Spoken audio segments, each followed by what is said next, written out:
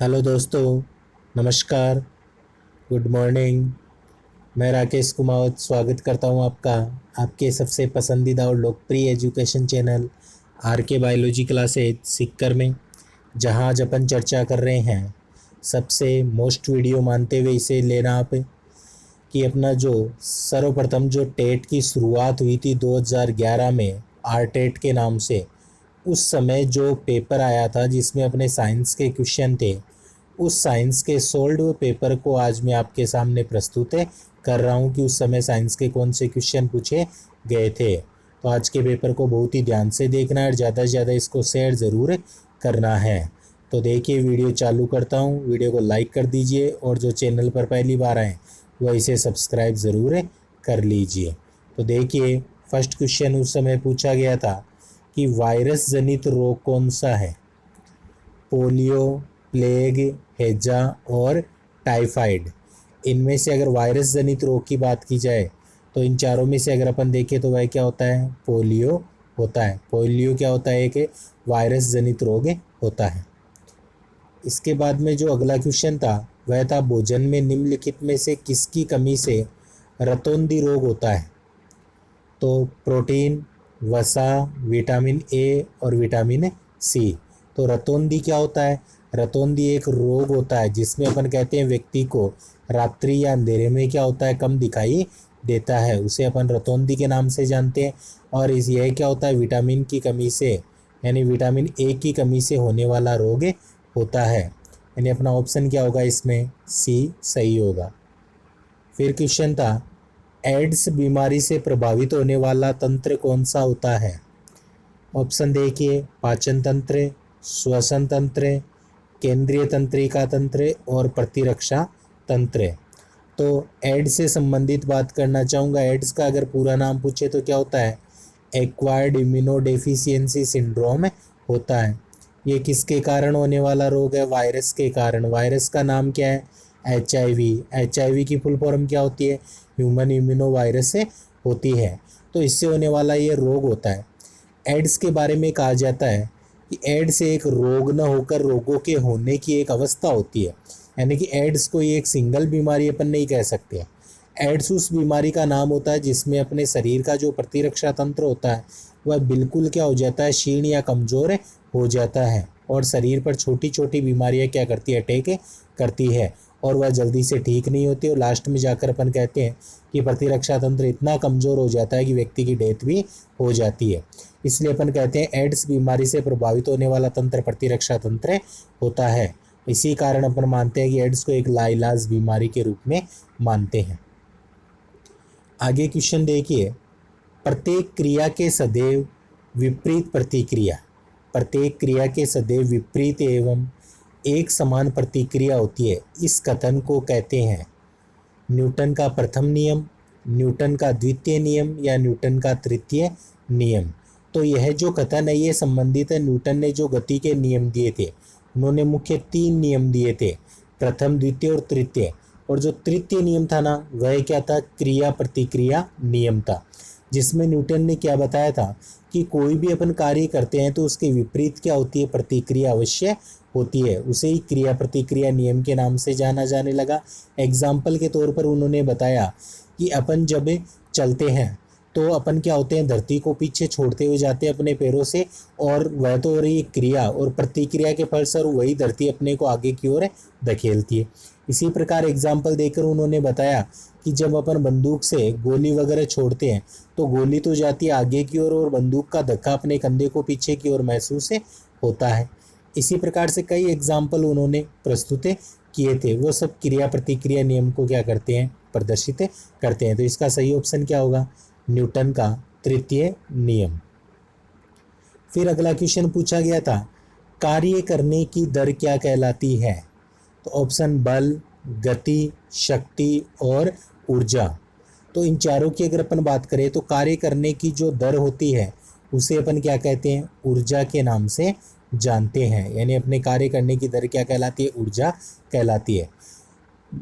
Friends, आपने ध्यान दिया होगा कि जितने भी जो क्वेश्चन 4-5 क्वेश्चन अभी आप लोगों ने देखे हैं वो सारे क्वेश्चन अपने वीडियो में क्लियर हुए हैं।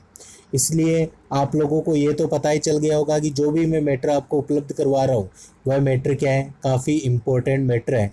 और अगर आप वो तैयार कर लेंगे तो उसके अलावा आपको कुछ भी करने की आवश्यकता नहीं होगी, इसलिए आप उस मैटर को कंठस्थ जरूर कर लीजिए। तो इसका सही ऑप्शन क्या होगा, डी ऑप्शन सही होगा, कार्य करने की दर ऊर्जा। अब आगे देखिए, ऊष्मा संचरण की कौन सी विधि में माध्यम की आवश्यकता नहीं होती है। तो जब अपन ने ऊष्मा का टॉपिक जब क्लियर किया था तो उसमें मैंने आपको ये विधियाँ पढ़ाई थी, विकिरण, संवहन, चालन और विसरण। तो इनमें अपन ने देखा था कि जो विकिरण विधि होती है ना, उसमें कभी भी माध्यम की आवश्यकता नहीं होती है। इसमें ऊष्मा जो होती है विकिरण के माध्यम से सीधी क्या होती है, प्रवाहित होती है। इसमें किसी अन्य माध्यम की आवश्यकता नहीं होती है। तो ए ऑप्शन यहाँ पर सही होगा। फिर अगला क्वेश्चन देखिए अपने कि दाब वृद्धि के साथ पानी के क्वथनांक पर क्या फर्क पड़ता है। दाब वृद्धि, और दाब वृद्धि किस पर हो रही है फ्रेंड्स, द्रव पर हो रही है। तो दाब के जब वीडियो बताए थे और आज जो मैंने वीडियो अपलोड किया तो उसमें क्वेश्चन भी उठाया था ये कि द्रव के साथ क्वथनांक पर क्या फर्क पड़ता है और ठोस पर क्या फर्क पड़ता है। तो दाब वृद्धि के साथ पानी के क्वथनांक पर फर्क देखिए, क्वथनांक बढ़ता है, घटता है, अपरिवर्तित रहता है या इनमें से कोई नहीं। तो ध्यान देना कि दाब वृद्धि जब भी द्रव पर होती है तो उसके क्वथनांक का मान क्या होता है, हमेशा बढ़ता है। और यही क्रिया अगर ठोस पर होती है तो वहाँ पर क्वथनांक का मान क्या होता है, घटता है। इस बात को जरूर याद रखना। अभी तक ऐसा कोई क्वेश्चन नहीं है जिसका सॉल्यूशन अपने वीडियो में नहीं है, इसलिए अगर आप अभी तक पीछे वाले वीडियो नहीं देखें तो उन सभी वीडियो को ज़रूर देखिए।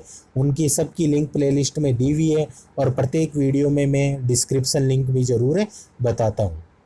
क्वेश्चन देखिए, उद्रोपातन का गुण पाया जाता है। तो उद्रोपातन का गुण है, सबसे पहले तो अपने को पता होना चाहिए उद्रोपातन होता क्या है। तो उद्रोपातन वह प्रक्रिया होती है जिसमें कोई द्रव्य या पदार्थ को जब गर्म किया जाता है तो वह द्रव अवस्था में न आकर सीधा ही किस में आ जाता है, गैसीय अवस्था में आ जाता है। तो उस क्रिया को अपन क्या कहते हैं, उद्रोपातन के नाम से जानते हैं। तो इनमें से उद्रोपातन का गुण किस में होता है, सोडियम क्लोराइड में, कैल्शियम क्लोराइड में, अमोनियम क्लोराइड और मैग्नीशियम क्लोराइड। तो इन चारों की अगर अपन बात करेंगे तो ये किस में पाया जाता है, ये पाया जाता है अमोनियम क्लोराइड में। अपन कहते हैं उद्रोपातन का गुण पाया जाता है। इसे गर्म करने पर गैसीय अवस्था में परिवर्तित हो जाता है, ठोस द्रव में नहीं आता है। इसके अलावा अपन देखते हैं कपूर, नौसादर वगैरह, नेप्थलीन जो भी है वे सभी उद्रोपातन के उदाहरण होते हैं।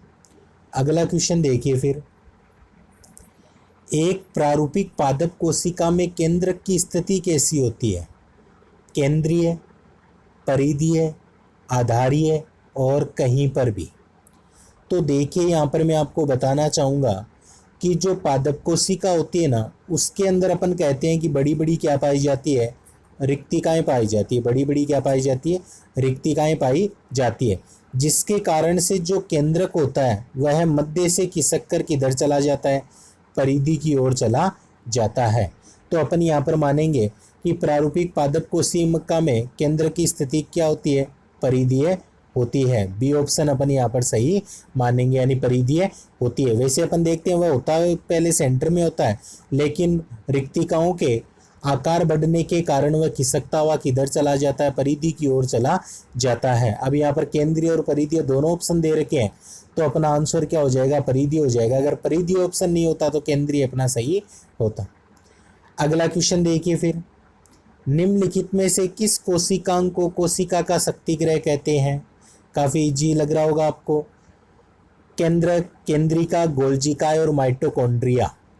तो देखिए इनमें से अपन मानते हैं कि जो माइटोकॉन्ड्रिया होता है उसे अपन क्या कहते हैं, कोशिका का शक्तिग्रह कहते हैं, क्योंकि माइटोकॉन्ड्रिया के अंदर ऊर्जा क्या होती है, संचित होती है। किस रूप में होती है, एटीपी के रूप में, एडिनोसिन ट्राइफॉस्फेट के रूप में वह संचित होती है।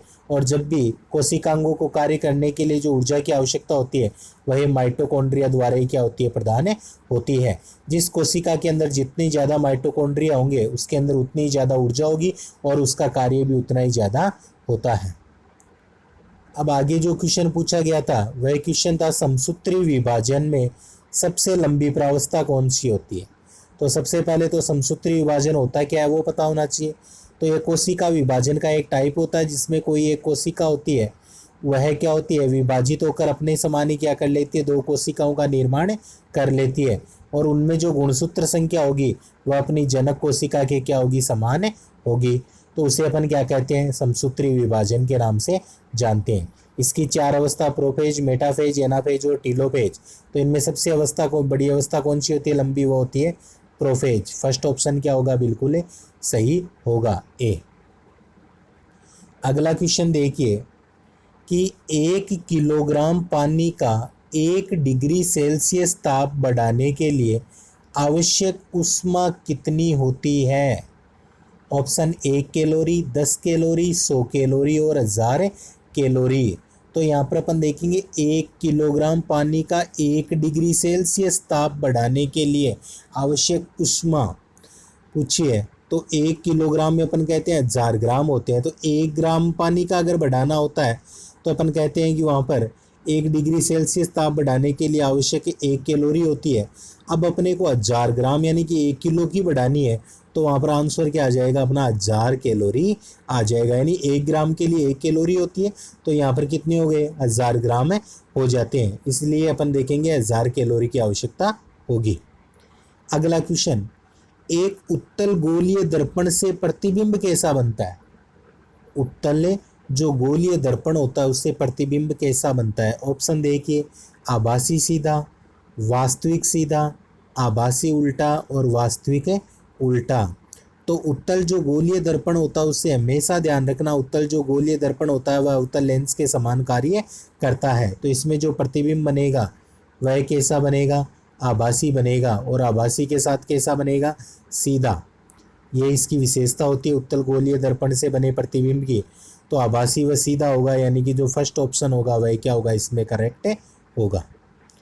फिर क्वेश्चन पूछा गया था कि एक आपतित प्रकाश किरण के लिए यदि दर्पण को थीटा कोण से घुमा दिया जाए तो परावर्तित किरण का घुमाव कोण क्या होगा।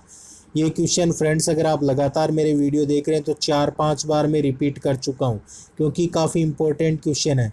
और वीडियो में भी मैंने आपको बताया था, जब पढ़ाया था आपको ये प्रकाश किरण के बारे में, कि आपतित किरण जो होती है, यदि दर्पण को, आपतित प्रकाश किरण के लिए दर्पण को थीटा कोण से घुमा दिया जाता है, तो जब वह परावर्तित किरण का घुमाव कोण कितना होगा, तो वह क्या हो जाता है, आपतित कोण से क्या हो जाता है, दुगुना हो जाता है। यदि यहाँ पर आपतित कोण का थीटा दे रखा है तो परावर्तित किरण का क्या हो जाएगा, 2 थीटा हो जाएगा। यानी बी ऑप्शन क्या हो जाएगा, यहाँ पर सही होगा।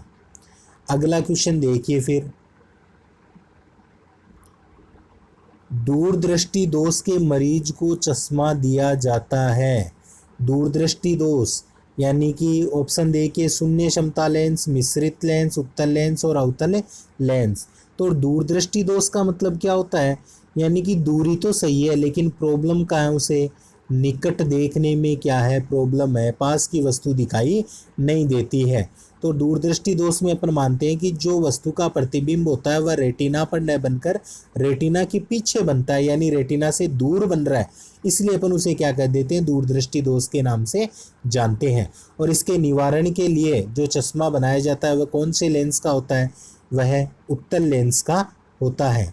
इसे याद करने के लिए मैंने आपको बताया था कि 2 दोष होते हैं, एक तो निकट दृष्टि दोष और एक दूर दृष्टि दोष।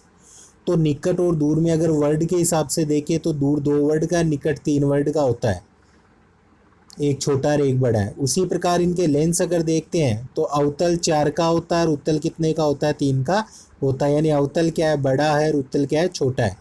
तो इनको याद रखने का सीधा सा तरीका है, बड़े के साथ बड़ा यानी निकट है, और दूर में निकट बड़ा है, उत्तल अवतल में अवतल बड़ा है। तो निकट दृष्टि दोष में अवतल काम में लेते हैं और दूर दृष्टि दोष में उत्तल, यानी बड़े के साथ बड़ा और छोटे के साथ छोटा। याद रख लीजिए, आपका आंसर हमेशा सही होगा, कभी नहीं भूलोगे। तो दूरदृष्टि दोष के मरीज को चश्मा कौन सा दिया जाता है, उत्तल लेंस का दिया जाता है। अगला क्वेश्चन देखिए, अल्ट्रासाउंड की आवृत्ति होती है 20 हर्ट्ज। 20 हर्ट्ज, 20 हर्ट्ज, फिर अपन कहेंगे यहाँ पर 20 हर्ट्ज तथा 20,000 हर्ट्ज, 20, इन चारों ऑप्शन की अगर अपन बात करें तो वह क्या होती है, 20,000 हर्ट्ज।